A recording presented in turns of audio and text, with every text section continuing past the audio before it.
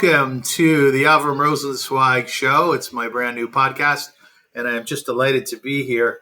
I am dedicating the show to all the citizens, to IDF soldiers, to people who are living in Israel and visiting and volunteering there, in particular after October 7th. And of course, we dedicate all of our energy, which is going out to the hostages. God willing, they should be returned as soon as today, and they should be healthy and come back to their family. I'm Yisrael Chai, Oseh Shalom b'Marmav, Hu Yaseh Shalom Aleinu v'Al Kol Yisrael, v'Yamru Amen. And there should be peace in Israel. There should be peace everywhere. And also, I want to dedicate this to peaceful people in the entire world, because there are many out there who are our friends, and we have to be cognizant of that. My podcast nowadays is very, very focused on Israel for obvious reasons. I have brought on guests who have an affiliation with Israel. Either they live there or they visit there and volunteer there. Most recently, I spoke with Dr. Bradley Strauss, who's a world-renowned cardiologist. And as soon as October 7th happened, he hopped on a plane and he flew to Israel and he volunteered there in a local hospital. Take a look at that. It was wonderful to do the interview, and he's a terrific human being. I've also interviewed Devorah Mason. She was my first podcast in return after taking a bit of a hiatus. Devorah is my niece, and she lives in Jerusalem. She's a mother of 5, and she has children in the Army. She's very articulate, a wonderful storyteller, and she fills in all the blanks. For we who are wondering, what is it like to be a mother living in Israel today with a child in the IDF or with younger children at home, whom you have to explain the most difficult things that have happened to our people on October 7th and afterwards. I interviewed Eli Rubenstein last week, and Eli Rubenstein is a storyteller. He is the senior leader, spiritual leader at Congregation Habonim, and he is also the international director of education for March Living. He's a dear friend, and I love him a lot. And I think that by listening to stories, we are able to have a sense of calmness. And Eli does that for us, and we need that right now, we Jewish people, because we have what they call in Israel, they call it lachatz, a little bit of pressure. I am so delighted to have with me today Noach Braun. Noach, welcome. Hello, shalom everybody, all the viewers and listeners. Shalom, shalom. Now, Noach is a beautiful man who is the co-founder and CEO of the Israel Guide Dog Center for the Blind, of course, which is in Israel. And for the next hour or so, we're going to take this opportunity to understand the man, what it was that motivated him to get into the business of guide dogs, as well as to appreciate what dogs mean, both guide dogs and otherwise, to Israeli society, especially right now. So I'm very, very excited to have this schmooze. And please, if you have any questions, feel free to email them or communicate with me on Facebook. So welcome, Noach. Thank you so much for coming. I'm very happy to be with you. Thank you for having me. Oh, I'm very grateful to have you as a guest. We have a mutual friend in Eli Rubenstein. And Eli, as I spoke about only a few minutes ago, he has worked with the Israel Guide Dog Center for many, many years. And I think he's done a magnificent job. He told me a story that he spoke somewhere even prior to his affiliation with Israel Guide Dogs. And the next day he got a phone call from Bluma Appel, who said, I want to give you $1 million. You must have fallen in love with Eli immediately, no? Yeah. Well, first of all, as we started this special show together with you, Avrum, we have a lot of good friends in Canada. So let me use the opportunity to thank all our friends in Canada, from east to west, from Toronto and Montreal and Vancouver, that support the Israel Guide Dog Center for the Blind. But yes, it's connected to, we just finished Hanukkah. So I met this amazing gentleman, Norman Leventhal, in the first candle of Hanukkah of 1986 with one dream. Here's Hanukkah to remind us. We just had Hanukkah. And I had one dream. I wanted to start a guidebook school in Israel. At the time, the government were very blind and deaf towards the blind's needs. They said to people with visual impairment, hey, would you like to have a guide dog? No problem, take a cane. That was the blind answer of our government at the time. So we need to change it. So we started in North America. It's a long story with Norman. Norman and Phyllis Leventhal absorbed me as they adopted me as parents, and Norman helped me to get to one of the schools in the U.S. So in North America, it started in the U.S. But coming to Canada many years ago, Eli every year he would come with the youth to Poland to do the March of the Living, a week there and then a week in Israel. And one day he came and he said to me, Noach, here's an envelope with a donation because my late dog Mickey, at the time he was alive, made a damage. So here's a donation, and I want you one day to come to Israel, to Canada. So many years ago, I called Eli. I was in a prefab home on the same location, just in the beginning of the organization in the 90s, and I said to him, in a year, in 6 months or so, the GA, the General Assembly of the Jewish Federation, is going to take place in the convention center in Toronto. So he said, you must come. I said, yeah, but I'm coming in a few months, not now. I'm giving you, a good notice. So Eli, with his style, he said, wait a minute, stay online. And he put a lady on the other line. Right. And you hear this amazing lady with a very high-pitched, Noach, tell me about the puppies. I love these puppies. And then after a few minutes, she said to Eli and me, okay, guys, I'm very busy. Noach, come and see me. And she hangs up. And Natak. yes. So, and Eli said, look, Noach, when Bluma asks you to come and see her, you have to come. I said, Eli, but I cannot. I have dogs to train. I have a class with blind people. Let's call Norman. So we called Norman. Norman met Eli on the phone. And a week later, Norman, first time in his life, took the plane from Philadelphia, met Eli and other people, and the late Bluma Appel. And this is, yes. So specifically, if we mention Eli Rubenstein, I don't have to tell you, he's a mensch. And, is the best, I cannot emphasize enough what I feel about Eli. He has a big heart, and more than that. And today we have a very nice group in Canada that support us. And our current chairperson is Marsha Sokolovsky, and Atara Derek, she's our executive director. And together with their leadership, the skies are the limit. And needless to say, how much we need help for inside Israel and in the diaspora before the war and during the war and after a war. And we are not alone. And we feel the heart that you give us, the warmth that you give us from a distance. We are one people. So. Do you get a sense of that? Do you get a sense that diaspora Jews are incredibly involved since October 7th? Very much so. And I happened to, after the war, the war started on October 7th, and a few weeks later, I had to come to the community in Toronto to give a dog to Achia Klein, who lost his vision in Gaza in 2013. And you should interview Achia Klein one day. His family circumstances right now brought him to Toronto with his dear wife Shirley and the 2 kids. And the dog, his previous dog Knight, passed away suddenly. And I jumped on a plane.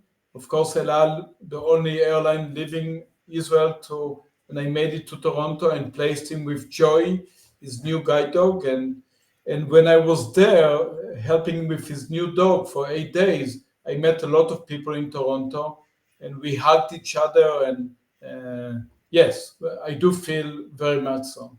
We are not alone. No, this is actually one of the messages that I'm putting out on my podcast is that we have many non-Jewish friends, and we have to be cognizant of that. We have to be aware of it. We have to embrace them. I myself have a social media platform on TikTok, and I've been talking to both Jews and non-Jews, and many of them are saying we love the Jewish people, we love Israel, and we want to be there for you. We want to help. Yeah, So let it's me important. It's clarify important that I'm sorry. Go well, ahead. let me clarify one thing. I chose a lifetime mission to help people. So for me, as somebody who loves people, human being, it's very difficult to see hate. And and we serve people in Israel, regardless their gender and religion. You know, we serve people who cares about themselves, and they need a dog, and they call us. Remember, 20% of us are not Jewish, Yes. and so we serve people. So for me, it's so difficult, to see what's happening in my country. And needless to say, what we are look, we are all bleeding since October 7th. And remember, a few months before that, we went to see Golda, the amazing movie, and we spoke for a week about what happened 50 years ago. And then October 7th came.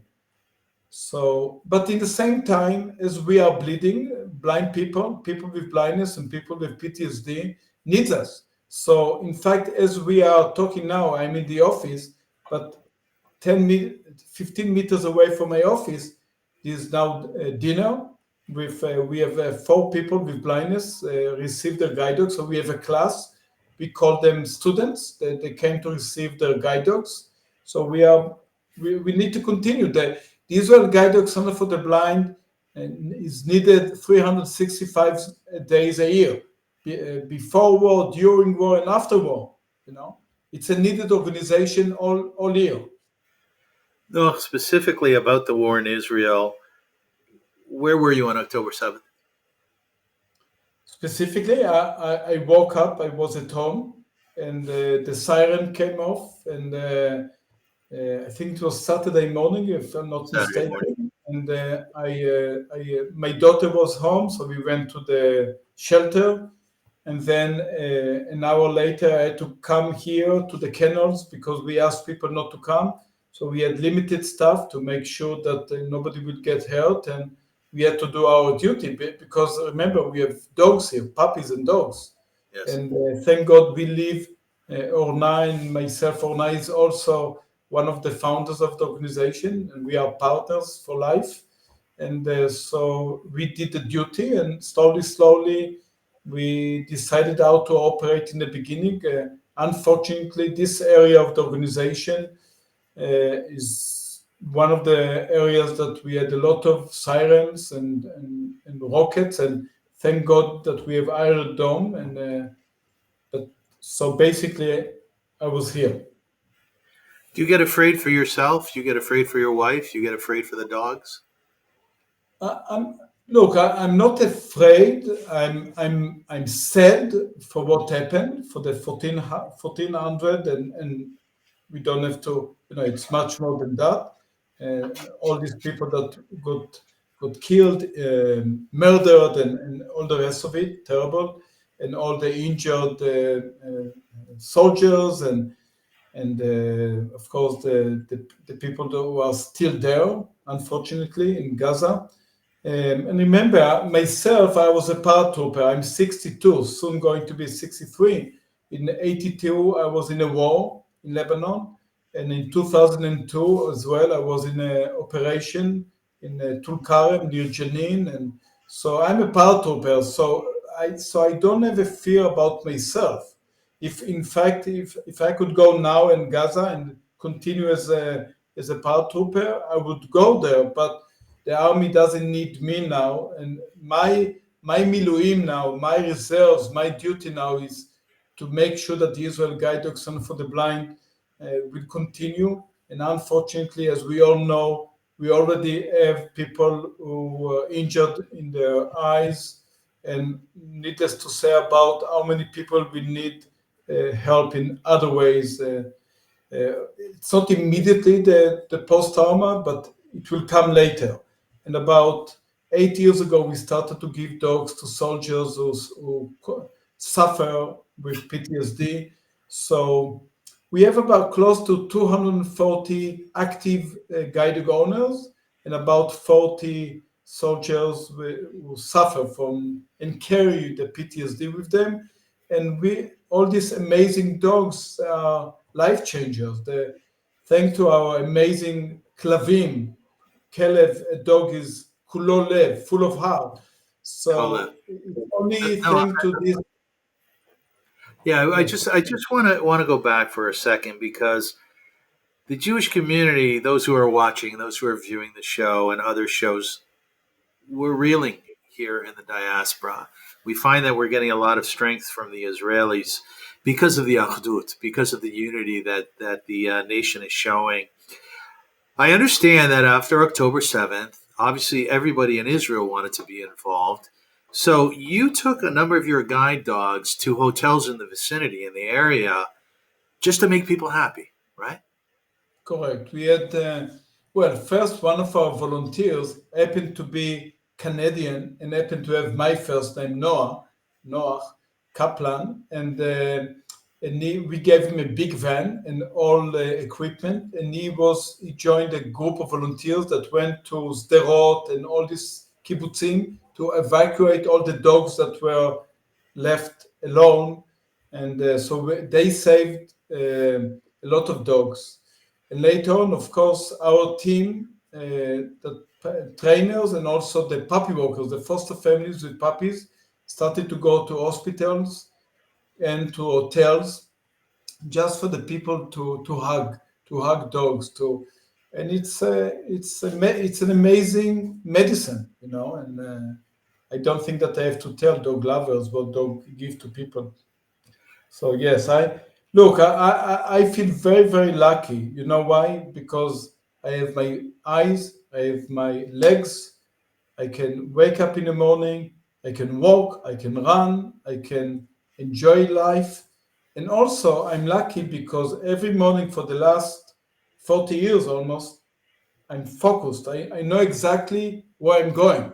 Yeah. So I don't need to go to psychologist to ask why. There's no Okay. why. Very good. It's so clear.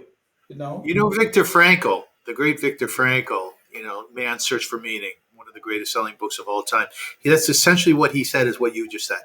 It's the idea that when people secure their meaning and purpose in life, that in itself is therapeutic.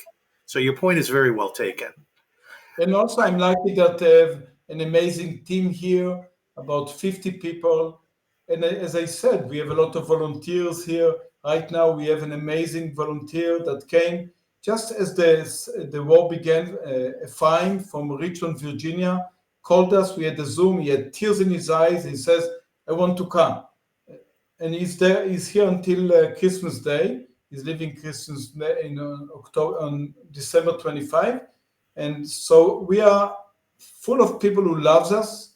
And our charity is in 4 countries, in Israel, the US, Canada, and UK. So we have a lot of good friends, and that's the only way that we can operate. Without friendship and warmth and relationship, it will be difficult. So again, I would like to thank all of them that watching or listening to this show. You are a great director, by the way. You're a great director. I was a director of an organization for about 20 years via Hafta. I remember this is how I met you. You didn't Yes. meet me, but Eli invited me to one of your amazing evenings in I forgot the Toronto Culture big hall, and I was moved by what you did. Yeah. But by the way, thank you very much. One of the reasons why I'm commenting on your leadership is because you're extraordinarily good at reaching out to your supporters. You're very, very good at it. And supporters appreciate it because they're relying on the organization to give them their sense of meaning. Noach, you grew up with a tremendous love of dogs. When you did your army service, as you mentioned before, you did it training dogs, right, for operations, with military operations, I'm assuming. And then later on, once you had finished the army, you probably did some traveling like others. You ended up in America and you wanted to be trained by one of the guide dog centers there. They all closed their doors on you. You met Norman, as you talked about before, your angel, I assume you would say. And ultimately, what you did together with him and his wife and your wife, you started up Israel's Guide Dog Center for the Blind, the very first one. Now there are many in America. There are even lots in Japan, across Asia. I came across a guide dog center in a place called Boring, Oregon. So they're ubiquitous. They're out there, and I am fascinated by your connection with dogs or animals. And I'm wondering if you have a sense of what is the intersection between us, humankind, and the Kelev and the dog. Where do we meet? Well, we have to remember that 10,000s of years or millions of years, the Adam Kadmon, the first human being, started a relationship with the wolves in the nature, and slowly they learned that they can give to each other. It's a win-win situation, and and of course, we come later when these wolves and foxes and jackals are already domesticated. And interesting enough, I have a book here in my office that shows the ancient history of the relationship between people with blindness and guide dogs. And there's a drawing there from the ruins of Pompeii. So you're talking about 2,000 years ago, they already started training guide dogs, maybe primitive way, and then later on, guide dogs came to us thanks to the Germans, unfortunately or fortunately, whatever.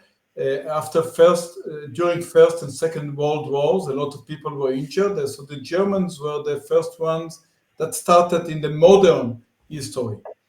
But the relationship between people with blindness and guide dogs.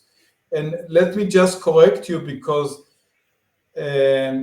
before I was born, before the state of Israel started in 48, before that, an amazing couple by the name Professor Rudolf and Rudolfina Menzel escaped the Hitler and the Nazis, and they came to Palestine because Hitler wanted to use their know-how with dogs. And they said to him, "Thank you, we're not going to do that." And they escaped, they came to Palestine, and they started the first dog unit with the gangs in Israel, with the Agnon, Etzel, and Merki, and then to the IDF. And then they started the first guide dog school in Israel before I was born. It was still Palestine. Even Helen Keller visited them, and it was still Palestine, dogs helping blind people. And the sad story is that Rudolfina Menzel, as a pioneer, and her husband never gave the torch to the next generation. And when they were too old and passed away, then everything stopped. And that was at the end of 60s, beginning of the 70s. I was still a kid. And so it took time until I met Norman and until we restarted the Esh, the Medura, The bonfire. the fire, yes. But thank God we gave more than 800 dogs all over the years to people. We changed their lives, their families, the society. And when we speak about society, and it's a challenge not only in Israel, it's the challenge all over. Sometimes people are not educated about guide dogs or all kind of other service dogs. And some people, from lack of knowledge, are being mean or unfair towards somebody who wants to come into a supermarket, a shopping mall, or wants to go on a bus or take a Uber, or here in Israel get taxi, and sometimes they get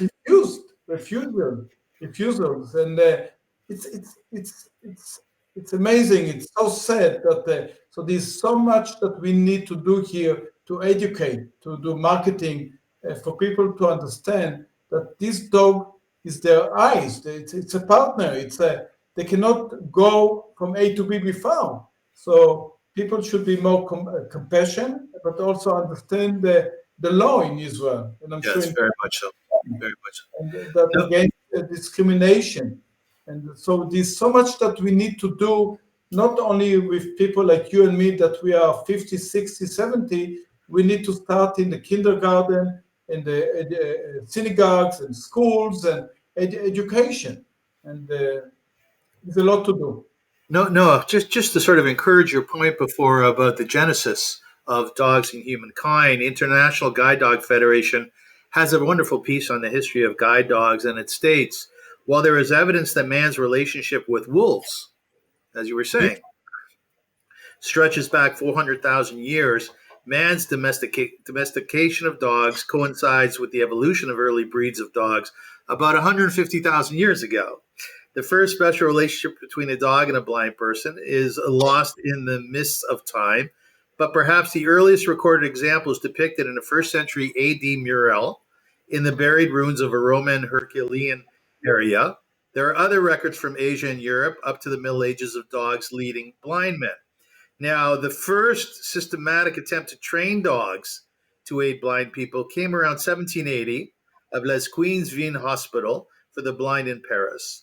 Shortly afterwards, in 1788, Joseph Reisinger, a blind sieve maker from Vienna, trained a Spitz so well that people often question whether he was blind, which is very interesting.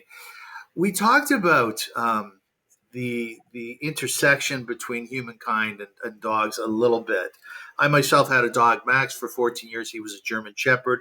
You do train some of those, mostly golden retrievers, a couple poodles here and there, because some people are allergic to hair, right?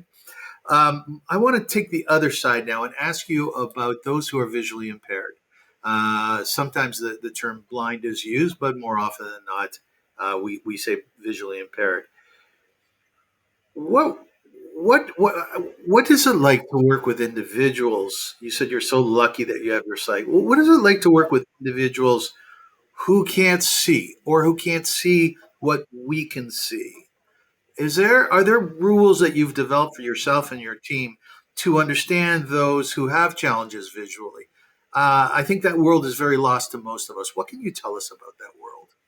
Well, first of all, I'm going to recommend you and challenge you that you should invite one of your future programs one of our clients. Either it's going to be Achia Klein, who is next door in Toronto, or somebody else, he or she that speaks fluent English. And look, if it wasn't connected with the human being, with people with blindness, I wouldn't be here. As much as I love dogs, I need to see the connection, the relationship, the it's how they work together, the trust, and but each person, he or she, I've met so many people with blindness in my life that each person is individual. So I wouldn't like to categorize. I wouldn't like to put them in a box. Each person is a person, and many of them have stories for more than an hour, much more than an hour, to tell you amazing stories about people with blindness that I'm very small compared to them. Yes. And why do I say people with blindness? Because I want to people remember it's not about their blindness. It's about them being people, human beings like us, but also they have to carry the blindness, either congenitally or they lost their vision due to eye disease or in the war situation. And many people that I work with over the years or I'm friendly with, I forget that they are blind. I don't, and they see. They don't see from their eyes. They see from their brain, from their soul. I don't. The more I'm with people with blindness, the less I remember that they are blind.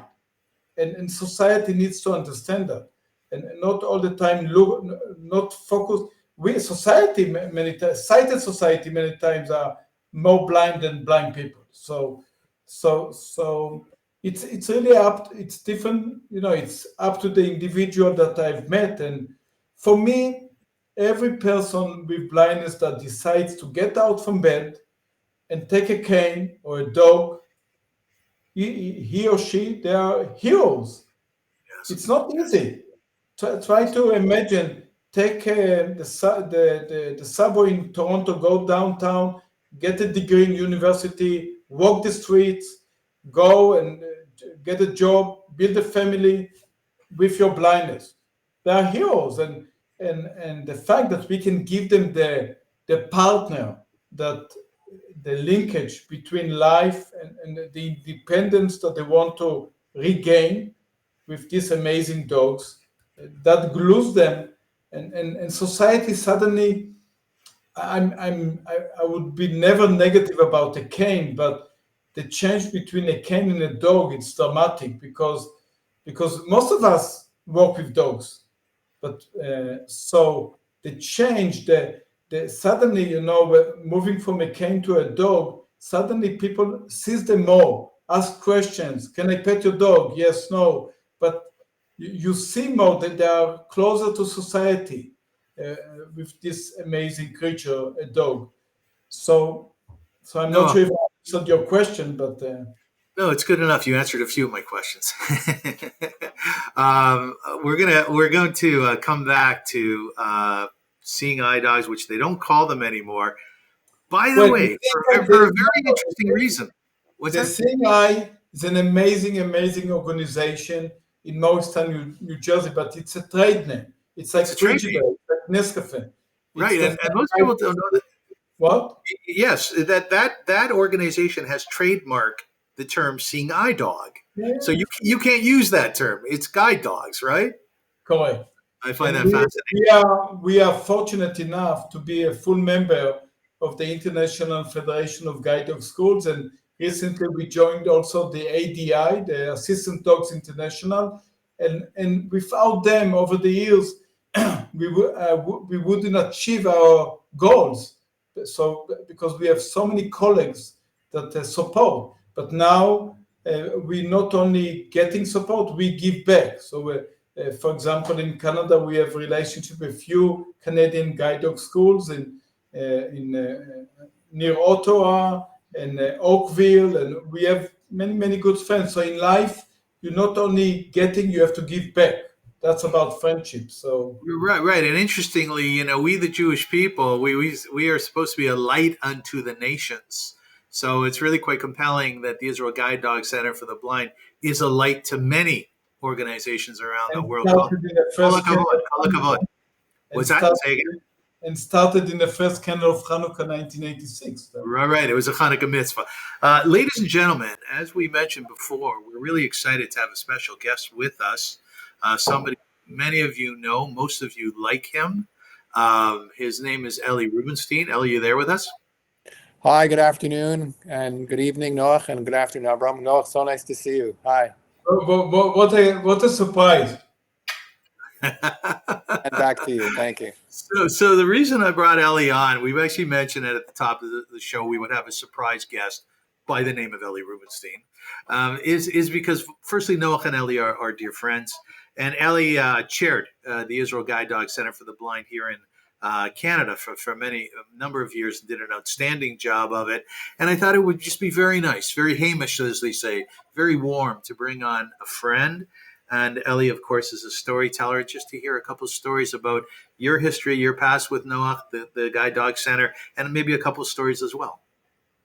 Sure. I mean, one of the first stories that Noach shared with me still moves me to this day. Noach, you'll remember the stories about an ultra-Orthodox Jew who lost his vision, and he became very depressed, and he couldn't go to shul, he couldn't daven with a minyan, and he went to the doctor, and the doctor says, you should get yourself a guide dog. But in the Haredi ultra-Orthodox community, there's not that many dogs. This is not something they usually practice, having pets and dogs and things like that. And he kept getting more depressed and more depressed. And finally, he went to his rabbi and says, listen, is it okay if I get a guide dog? The rabbi says, sure, why not? Can I bring him to synagogue? And the rabbi said, sure, you can bring synagogue as long as we don't count him in a minyan. But as long as the dog sits outside and waits. And that's what happened. So he started going to minyan with his guide dog every day. He said the prayers. Guide dog would lie outside the door to the shul, and he felt so good about this. He said that, once I got my guide dog, it gave me wings. I felt like an independent human being. And then he said something what I always remember Noah telling me. He said, "Sometimes my dog almost makes me forget I am blind. Sometimes my guide dog almost makes me forget I'm blind." And what a mitzvah that is, when you can give a blind person that feeling. Almost they forget their blindness because of these wonderful, wonderful companions. So that was one of the first stories that Noach shared with me. Can I share a story with you Noach doesn't like so much? Is that okay, Avram? Yes, I would prefer Noach, that. can you Actually. handle it? This is not one of Noach's favorite I have no stories. other choice. I have to be polite. We Israelis are very polite. Yeah, very polite. Yeah. So 99.9% of the time, Noach's guide dogs are trained perfectly, 99.9% of the time. But once in a while, it's a little bit of a misstep. Once in a while, they show their, for better lack of a word, human. So Noach, you know the story I'm going to tell? Do you know what you want to guess? I think The it's story about is, the time too. Yeah. that's right. So Chaim is on a bus, okay, and his guide dog is on one of these buses Friday afternoon. Everyone's gone shopping for Shabbos.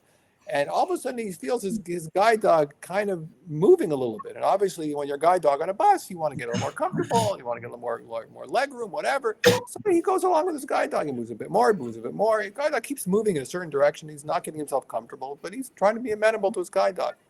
The bus stops. He gets off the bus, and all of a sudden, from the window, just as the bus is pulling away, he hears a woman screaming out, "Ganav, Ganav, who Ganav, Akelav, Ganav, Dov Sheli." What happened was the woman was screaming that his guide dog had stolen her chicken. So what was going on there? The dog wasn't moving to get more comfortable. There was a bag of chicken right in the shopping bag, right next to his nose, and he couldn't resist. So I always think of that moment of, the bus driver driving off, the woman screaming, Chaim standing there, and the dog just munching on that wonderful piece of chicken. And it's different worlds. The bus driver got home, told the story to his family. The woman got home to her family, said, "There's no chicken tonight." And Chaim tells the story, and the guide dog's very happy. And he's telling all his friends about this incredible bus ride. You should take it one time. So we all have different realities. I knew Avrum that it was a mistake to put Eli on the show, but that was the late Chaim, so amazing person that he was my first person for me to give him a dog. And the first story that Eli said, that was Benjamin Kapag from Rehovot. He also passed away. And he called me Benjamin at the time. He said, "Noach, from now on, your name is not Noach, you are Dr. Noach, because you gave me my sight back." Yes. So I'm not a doctor. Beautiful. Yeah. Eli, we who know you well also knew Mickey. Mickey was your lab, your golden was a lab or golden retriever? Labrador retriever, yes. Labrador. He was a beautiful dog. He was full of energy, right? Very much like you. I think he shared a character with you, personality. And I remember when we used to go to shul at Habonim, you would always bring your dog, right? Yes.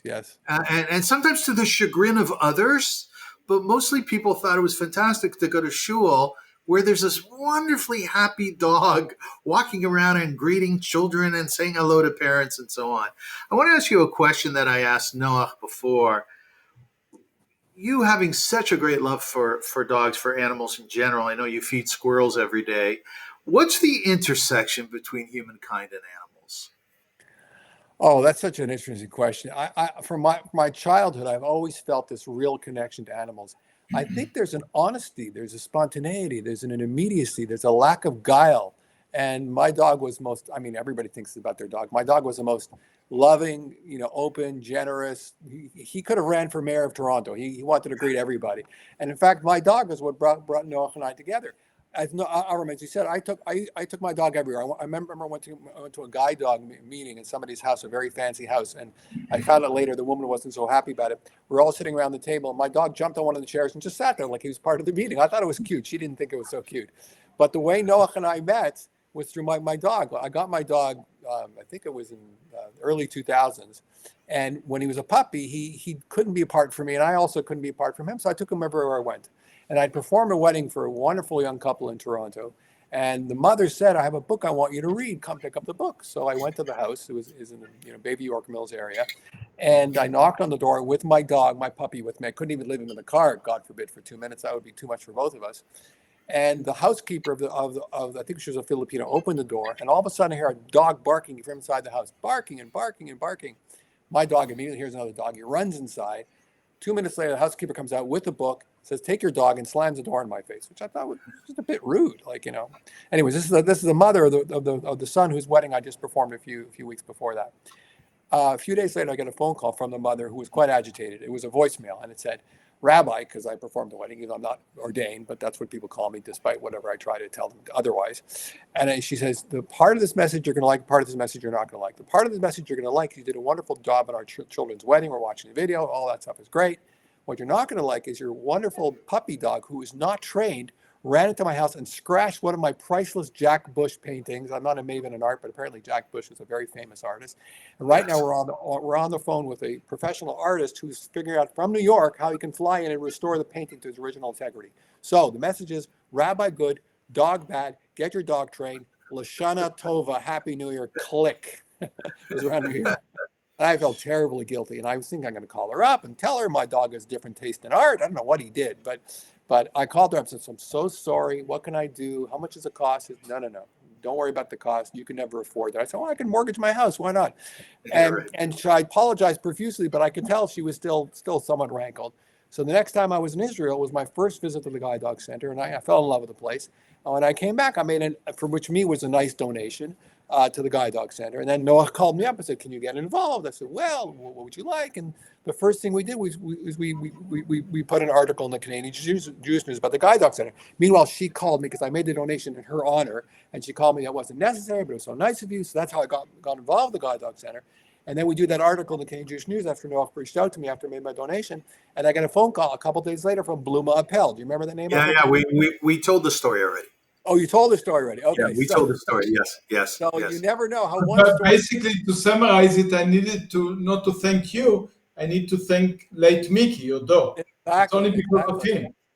So you never know how one story leads to another story. But for me, the most moving story in all my years of being involved with Noach and the March and the Guide Dog Center and the March of the Living is, unless you've told this story already, for many years I would go to the Guide Dog Center and the blind people would come up to me and they would tell me, "We want to come on the March of the Living. We want to come to Poland. We want to be part of this experience." And I would ask why, because we're part of the Jewish people. We're part of the history and destiny of the Jewish people. We want to go on the experience. We want to learn about the Holocaust. We want to come back and teach about what we've learned. We are part of Amcha. We're part of this nation. We want to feel part of it. And I said, "Okay, let's organize it." In my mind, you know what I said? I said, how can you take people on the March of the Living? How can you bear witness when you cannot see? How's that possible? But of course, I didn't say that, right? I remember one of the blind people told me, "So I have so many challenges in life. But when I hear the stories of the Holocaust survivors, my challenges pale in comparison to what they've gone through." And they came on the trip, and I promise you, they saw more than you and I could see, because they're not using all their senses, they were seeing with their heart. And the most moving part, there were two moving parts of that trip I'll never forget. One part is when a Holocaust survivor comes over to one of our blind people and his guide dog. You'll remember the name. He was a teacher, and he comes over and he says, "I'm so happy to see somebody from Israel with a guide dog in Auschwitz, because I was in these camps 70 years ago, and I saw how the Nazis treated Jews with dogs. And to come back 70 years later, seeing dogs not killing Jews, torturing Jews, attacking Jews, but helping Jews, what a difference." And the second moment from that experience was another young woman who was, her dog's name was Petal. Remind me the name, Liron. Liron and Petal. Liron is in the Majdanek gas chamber, the former gas chamber in Majdanek. And she's so overwhelmed with what God is saying, she falls to her knees, I should say, and is overcome with tears and sobbing and anguish. And to the next 2 minutes, her guide dog, Petal, comes over and licks the tears from her eyes, and sensing how upsetting, how emotionally she was.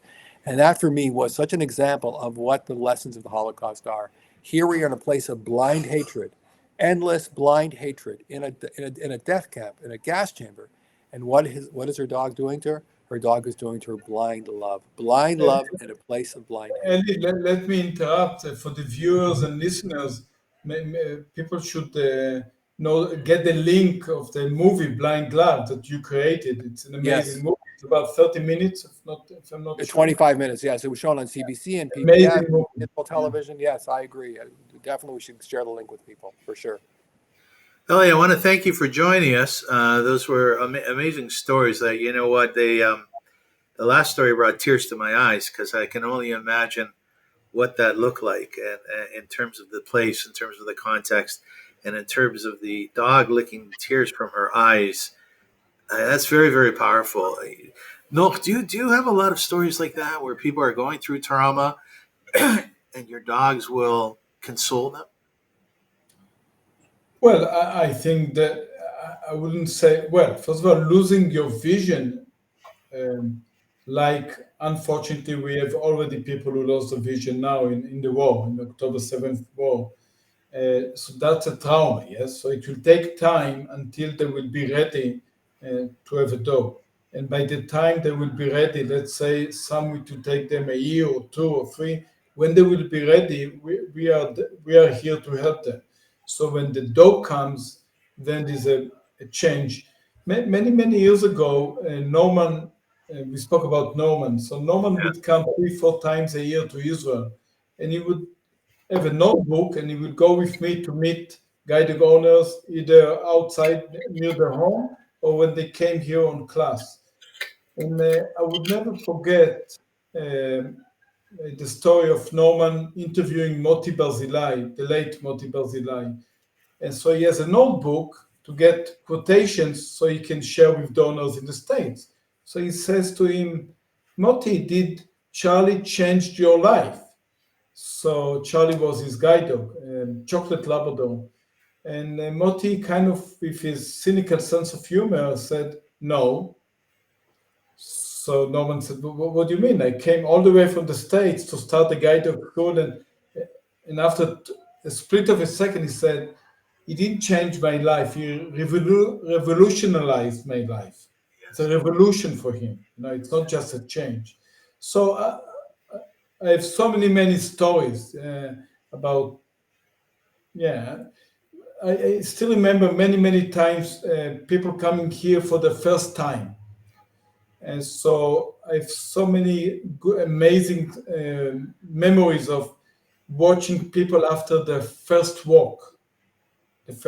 So many times I see them after the first walk, finish the walk, kneel down, hug the dog, and of course tears. So more than once, many times. And also people that came to have a guide dog and they fear walking at nighttime. It's a different walking daytime and nighttime, whether you're blind or not, because it's dark and it's different feelings. And some people are before having a guide dog have the fear walking outside with a cane at nighttime. So, and to see them after the first night walk with us again, many times, kneeling down, hugging the dog, and cry. And so many times I cry with them. So we are all human beings. Eli, the Israel Guide Dog Center for the Blind is an amazing organization, and there's a Friends of here in Toronto, which also is extraordinary in terms of its reach, the number of people who are supporting it. There are so many ways of doing that. One way of doing it, which I find quite fascinating, is that you can actually, for a certain amount of money, a donation, you can name a dog. So what I'd like you to do, Eli, is just give a pitch for the Israel Guide Dog Center. Like, why should people become involved? Why should people donate? Well, I mean, everyone's got their personal, favorite charities, and there's hundreds and hundreds of wonderful charities in Canada and in Israel. And so whatever you're doing now, I would say keep doing it. But what I love about the Israel Guide Dog Center is it brings together a number of things that are very important to me.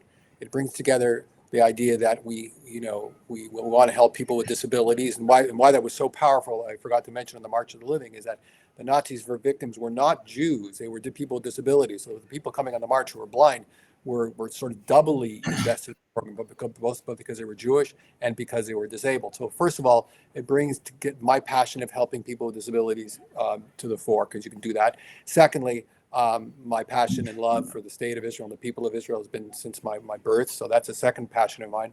And thirdly, it's my love of animals, and this beautiful relationship that you see between every single blind person and their guide dog is also fostered by this organization. And lastly, It is nonpartisan. It's not right wing. It's not left wing. It's not religious. It's not secular. It helps Israelis and Arabs. It's a wonderful organization that reaches across all lines and does just so much good for so many people. And I should say, more recently, well, it started off mostly for blind people. Now we're helping a lot of people with PTSD, especially people who are traumatized by the war. So it touches so many different aspects of my beliefs, my core values, my passions, and I think many people out there would also feel the same way.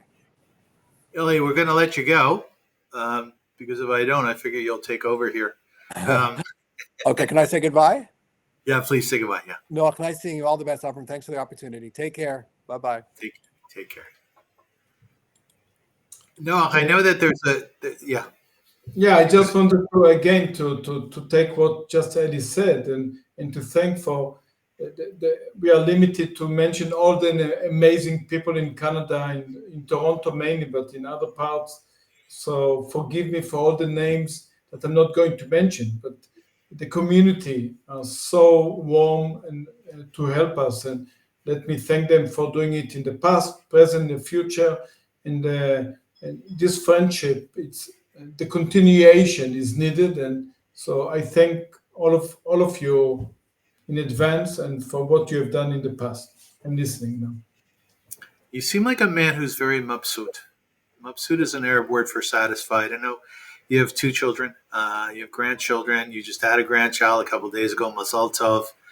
I'm really fascinated by what you said about a half hour ago when you mentioned that you're very fortunate, you're very blessed because over the last 40 years you've had a focus, and I think that's a very important point to discuss a little bit because a lot of people we're seeing nowadays do not, and there's an epidemic throughout the world, and it's called loneliness, right?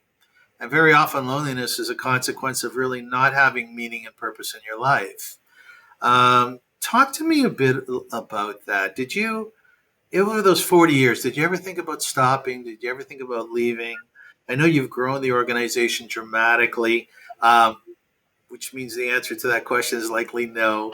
But how can we impart to our listeners and our viewers the idea of finding passion in life? Well, I think the challenge is all over the world.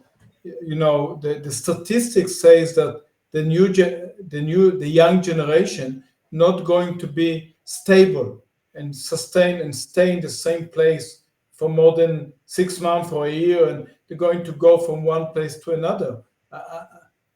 I need stability. I think stability gives win-win for my soul, for myself, for my family, but and for the people that we serve. So for me, I know it only one way.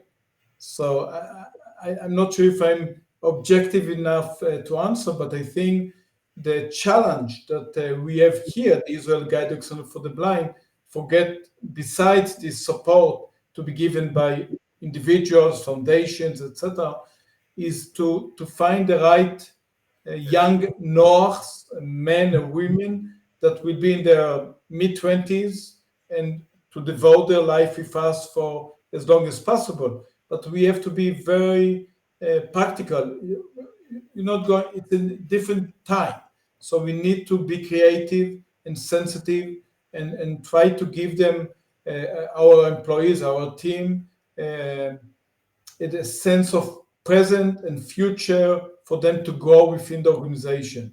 So we need to be very creative. I have a very, very special team here. I have a co-CEO, Carmel Rice, and other managers and HR people, and we need to think how we cannot think about Noach in the 80s. It's a different world. So we need to listen to the new generation and be creative and how to keep them motivated. And it's not only your professional team. The Israel Guide Dog Center has more than 1,000 volunteers. And, the volunteers that really, really make my ears perk up is like a dog. are the ones that you get a puppy at 8 weeks old, right? Now, somebody has to raise that puppy for the first year. How? So that it shouldn't be scared of people, so that it can acclimatize in terms of many different social environments. So you choose a lot of students, right? Yeah, we have a situation that we have a long waiting list for people who wants to do it, which is crazy. We raise about 150 or 160 puppies a year, and we have people waiting for them. There's a waiting list for people to raise a puppy for a year, knowing that a year later they need to say goodbye and to be separated. So we did quite an incredible marketing. I don't know if you could see. No, maybe no. This is live That's camera okay. of a mother with 10 puppies. Oh yeah. Now I see. Yeah, yeah, Very that's good. a live camera just 50 meters away from my office. Very good. Yeah, so we are fortunate enough to have so many good volunteers that decide to give their love and affection and time and patience, knowing that a year later they have to say goodbye to these puppies. And Yeah, that must be very challenging. That's one of the questions that the volunteers are always asked. How do you yeah, let go? How do you let go of the dog at the end of the year? we do have a very special separation meeting when they give the dog, when the dog is 12, 13, 14 months, they come here. We have a very deep ceremony for them to say goodbye to the dog, and we don't forget them. Noach, I want to wrap things up, giving you the opportunity one more time to share with our viewers, with our listeners, um, something more about the Israel Guide Dog Center for the Blind, giving them the opportunity to volunteer, the opportunity to donate, the opportunity to visit when they come to Israel. Just tell us a bit more about the center and how we can become involved.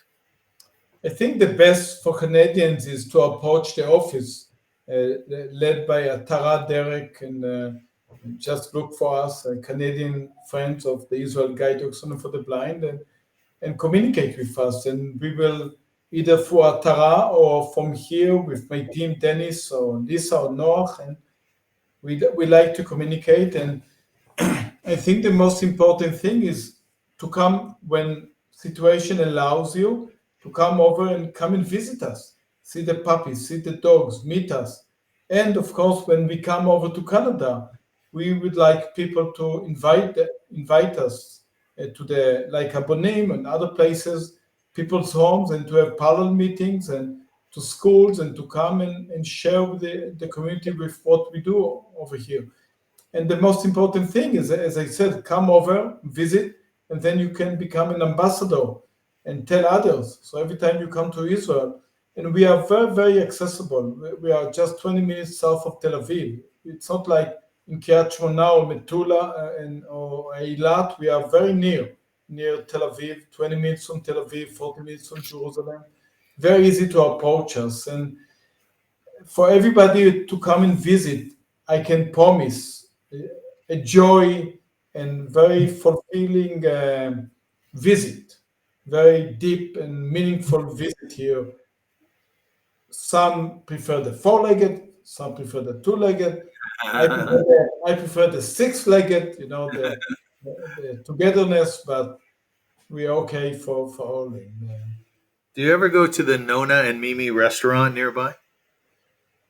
The Nona and In Nessiona, I believe it is.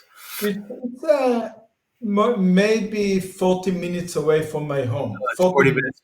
Yeah, 40 meters, I mean. It's 40 minutes. I'm just trying to be a show off here because I did some research into where you're located, and you have actually a beautiful environment in Beit Ovid, right? Beit Ovid? What? Yeah, near Moshav Beit Oved. Yes, we are. Yeah, The Moshe. it's a Moshav. We are west, 100 meters from the Moshav. But It was founded in 1933, so it's a very rich environment, and you're building beautifully within your organization based on donations that are coming in, and, creating more kennels and so on. So people, you should be involved in this. This is not only spending time with our much beloved dogs, kolev, it's the Hebrew word for dog, means all heart, but it's a real, true, passionate way of helping human beings who are open to our help, and that is wonderful.